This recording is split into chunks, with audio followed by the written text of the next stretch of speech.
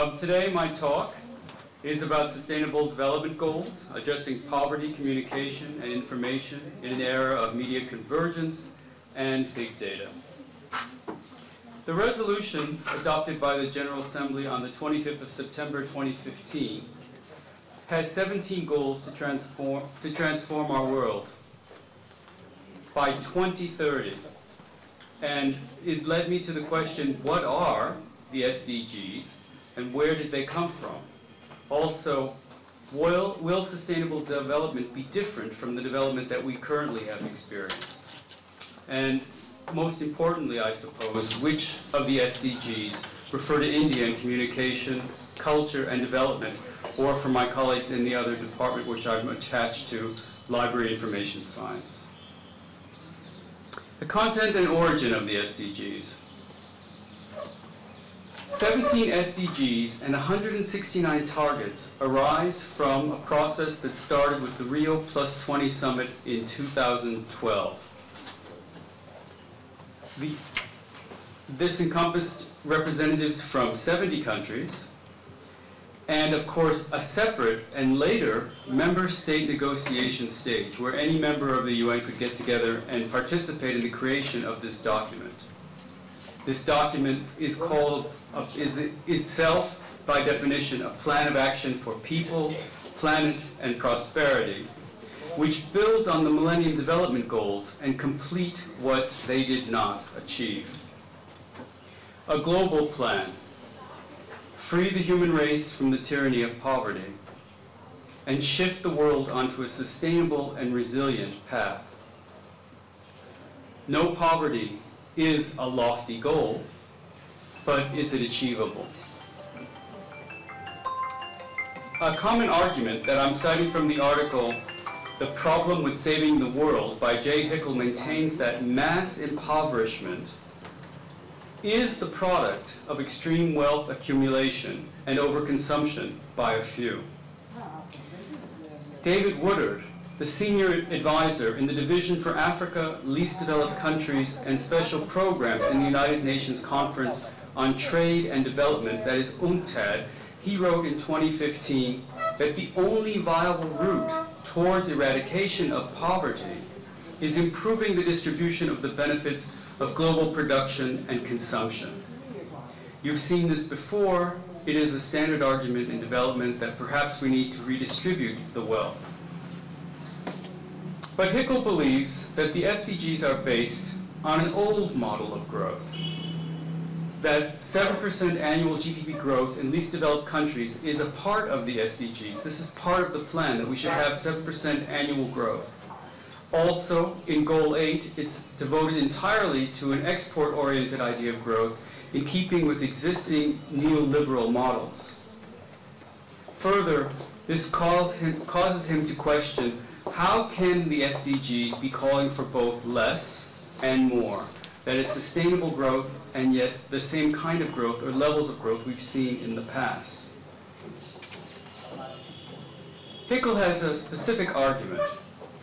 The eradication of extreme poverty for all people everywhere, as measured at $1.25 a day, is something he finds very problematic because he believes that $1.25 is not adequate for human subsistence.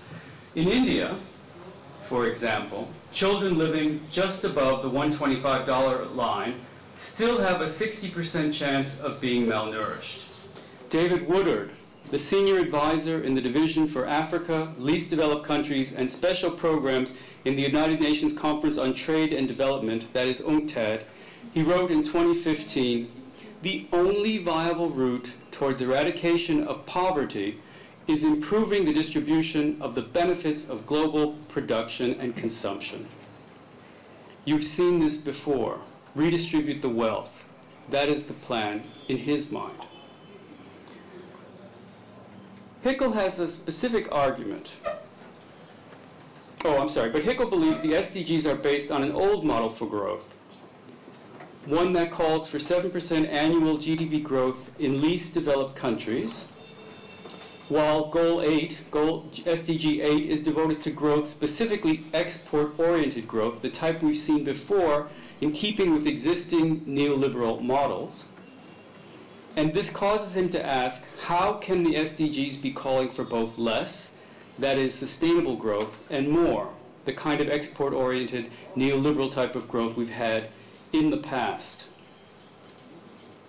Hickel has a specific argument.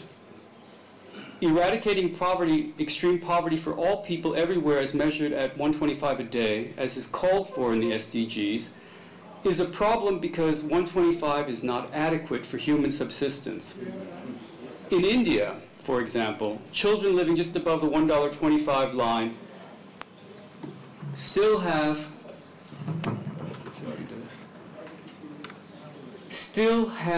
a 60% chance of being malnourished.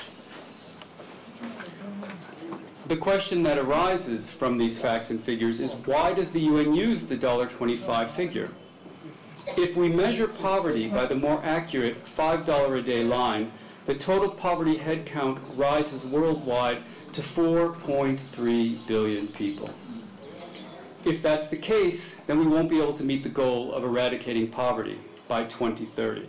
In 2015, Marquez posed the question, and what about the communication in Sustainable Development Goals? He wrote, communication is not one of the SDGs, although information and communications technologies, ICTs, are in fact mentioned.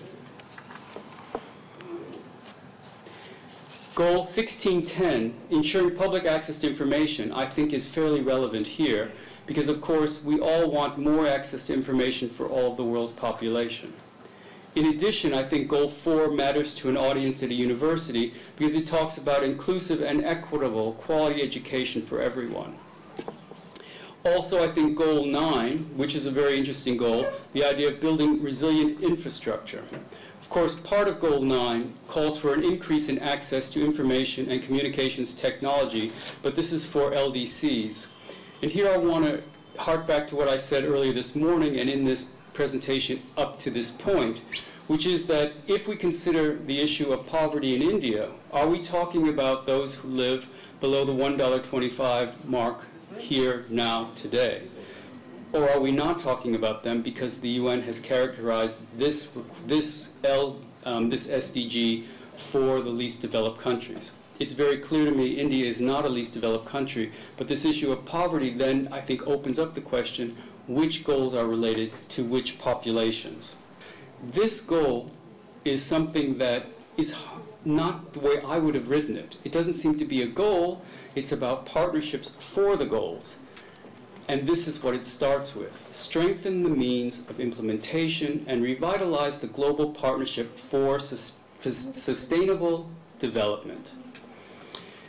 Part of this is 17.8, which is enhance the use of enabling technology, in particular information and communications technology, ICT, but again, in this respect, they're talking to the least developed countries. And I ask you, does it apply to the poor in India? 17.18 is for me perhaps the most intriguing of all. Increase significantly the availability of high quality, timely, and reliable data disaggregated, and this is a long list, by income, gender, age, race, ethnicity, migratory status, disability, geographic location, and other characteristics relevant in national contexts. Now this list may seem long, but in fact it's really not, and we'll get to that.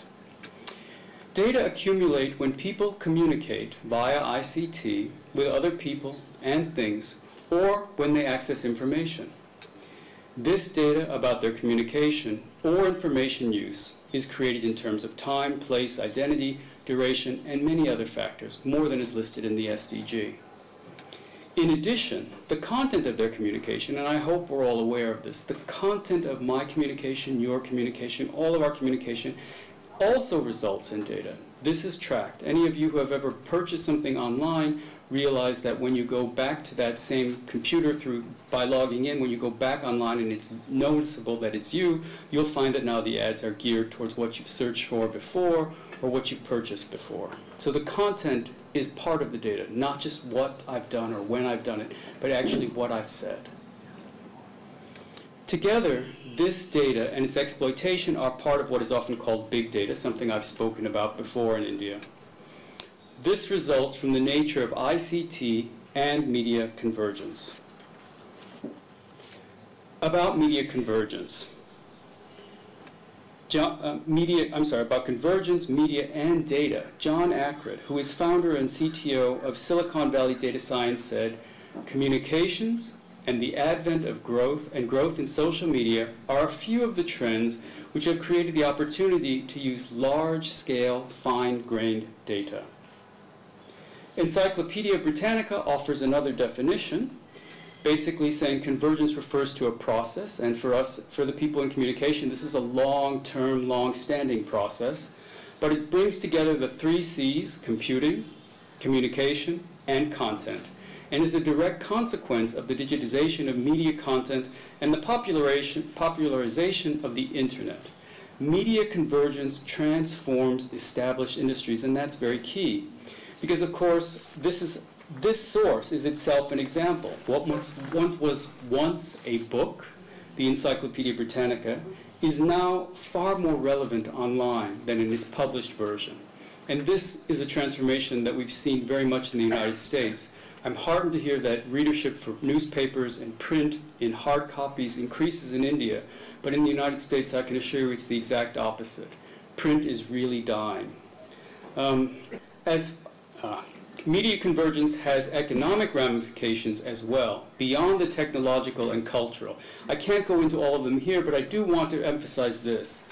These 6 corporations control 90% of the media in the United States. Comcast, News Corp, Disney, Viacom, Time Warner, and CBS.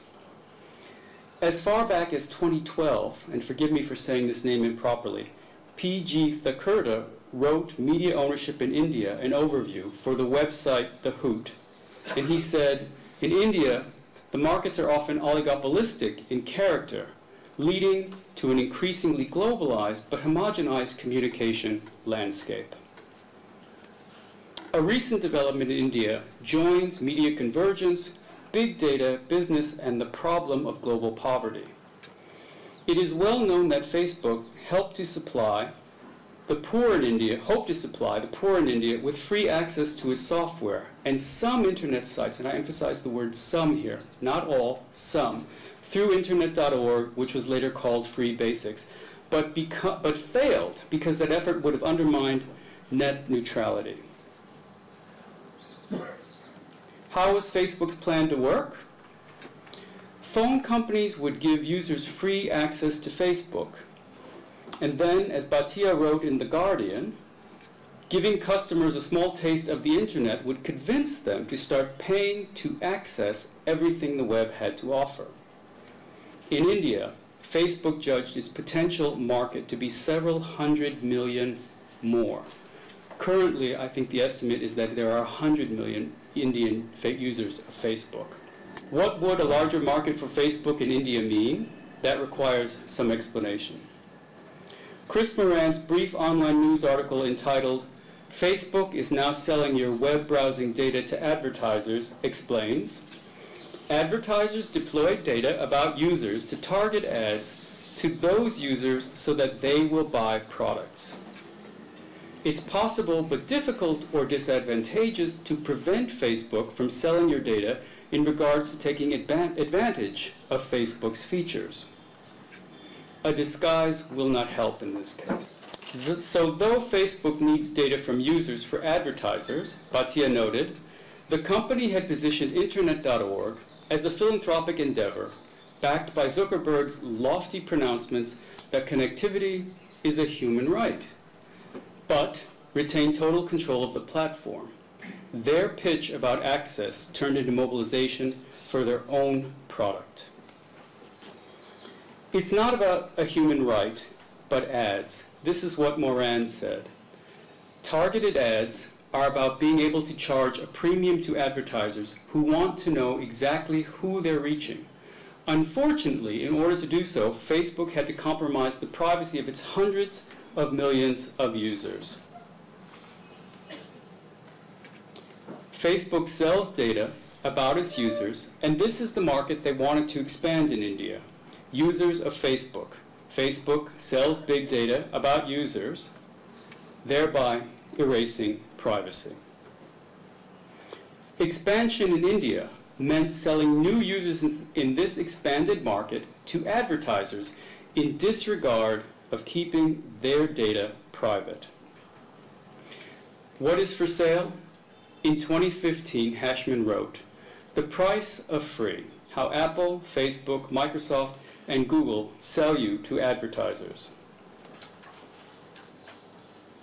Facebook knows your friends, what information you provide about them, what they say about you, what other sites you visit if they include a Facebook like button, which most do, what you bought, what device you used to access Facebook, and as usual, much more.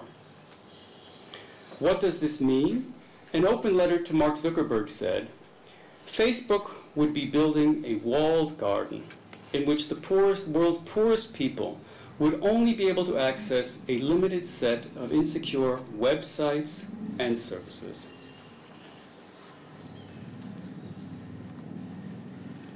Where there was no net neutrality, and these users would give their data away for Facebook to sell. India's new Facebook users would join those already connected who give our data away. We give it away in drips and drops, not thinking that data brokers will collect it and sell it, let alone that it will be used against us. This is according to Sue Halpern in the New York Review of Books. That open letter to Zuckerberg on Facebook reached a clear conclusion about this business where poor new users give data about their online behavior. These new users could get stuck on a separate and unequal path to internet connectivity, which will serve to widen, not to narrow, the digital divide. Facebook failed to increase market share in India through internet.org/freebasics because of Indian demands for net neutrality and numerous effects that would follow from its loss, like the widening of the digital divide. At this stage, I want to emphasize 2 points.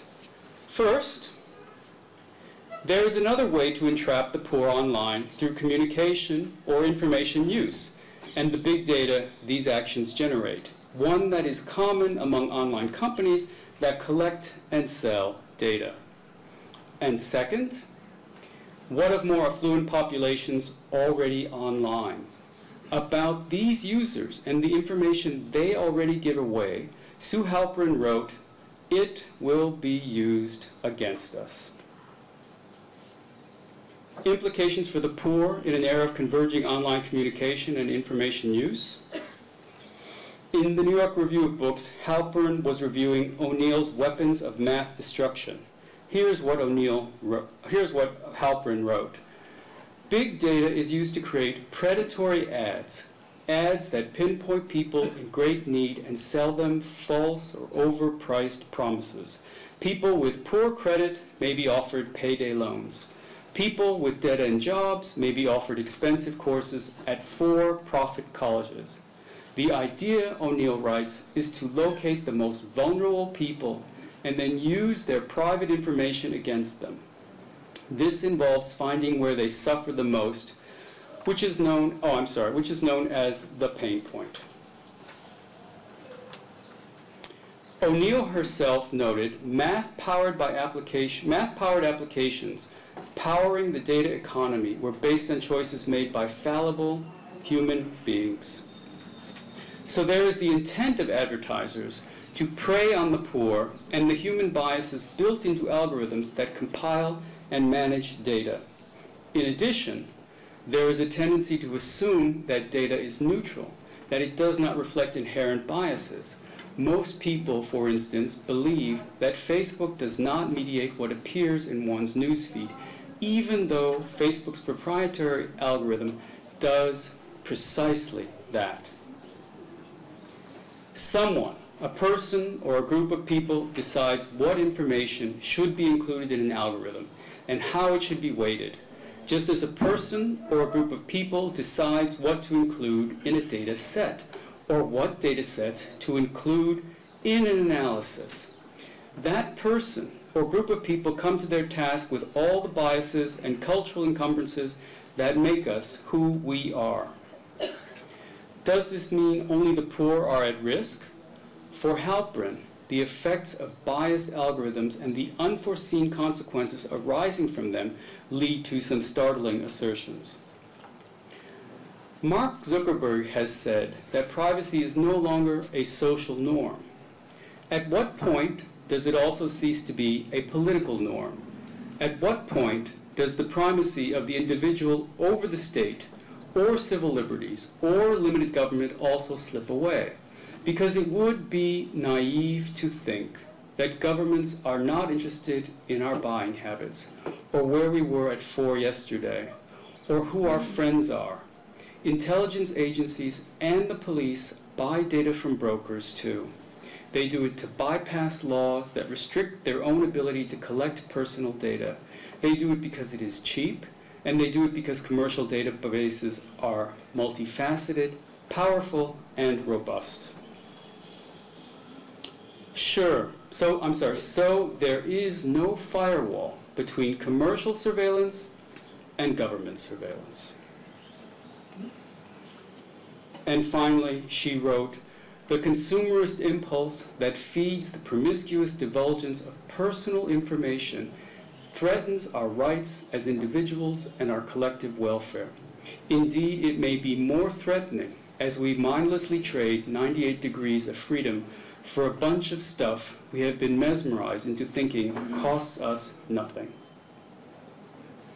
In a world where media communication and information use converge online, consumers become subjects of big data surveillance in exchange for services often seen as free. But these services are exchanged for big data about users, which is sold to companies who then use it for many purposes, some of which target the poor. A global plan that prioritizes the elimination of poverty through sustainable growth and greater public access to information, as called for in SDG 1610, or to increase significantly the available of high quality, and here it is again in this list, timely and reliable data disaggregated by income, gender, age, race, ethnicity, migratory status, disability, geographic location, etc., as found in my favorite SDG 17.18, and more growth, as called for in SDG 8, levels of growth that may not be sustainable. All this may well be contradictory. Online users of communication and information, whether they are poor or not, are subject to tools based on algorithms that reflect existing human misconceptions or preconceptions and simultaneously support exploitative business practices that may well lead to the perpetuation of poverty and other dangers that are harder to characterize. In an era of big data, Hickel or Woodward's ideas on poverty and the choice between wealth redistribution or creation should be more deeply examined because of converging online media and the data they produce.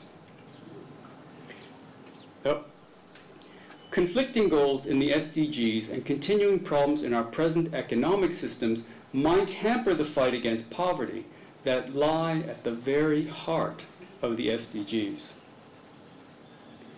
With the extension of commercial big data use into government practice, maybe it's not just the poor who should fear new developments in the use of big data, but anyone who cannot understand or prohibit how information about them is sold and utilized. Our most basic freedoms may come under threat from the surveillance big data conducts as part of standard business practices that essentially involve the sale of information about anyone and everyone. I want to end with a quote from Bernard Harcourt's book, Exposed, Desire and Disobedience in the Digital Age. Data broker Axiom boasted in 2014 that it had 3,000 points of data on practically every consumer in the United States. The Global Access Operations Units of the NSA collected data in a single month, and this is 2013, we have 2017, on more than 97 billion emails and more than 124 billion telephone calls from around the globe. Facebook's efforts to become the biggest digital advertising platform means it collects gargantuan amounts of personal data. Google's ambition to map every street and vacuum up every bit of Wi-Fi traffic with its Street View cars and to digitize every book in the world, every book, is colossal. The NSA has set out to map, know, and tap into the entire internet universe. According to NSA documents linked by Snowden, recently of Moscow, and viewed by Der Spiegel, the NSA and the British Signals Intelligence Agency are working together to, in the words of the secret document, map the entire internet. Any device, anywhere, all the time. The program called Treasure Map seeks to identify and make visible every single device that is connected to the internet somewhere in the world. Every smartphone, tablet, and computer. Today, the drive to know everything, everywhere, at every moment is breathtaking. A global plan to end poverty sustainably, even one fraught with contradictions or disputed because of how it measures poverty, can be a useful tool. I believe that. But I fear there are other plans involving big data that the SDGs may not only fail to acknowledge fully, 17.18 is where they are really acknowledged, but actually support and encourage as we pursue traditional, unsustainable growth and generate ever more data as we do so through communication and information use. Thank you.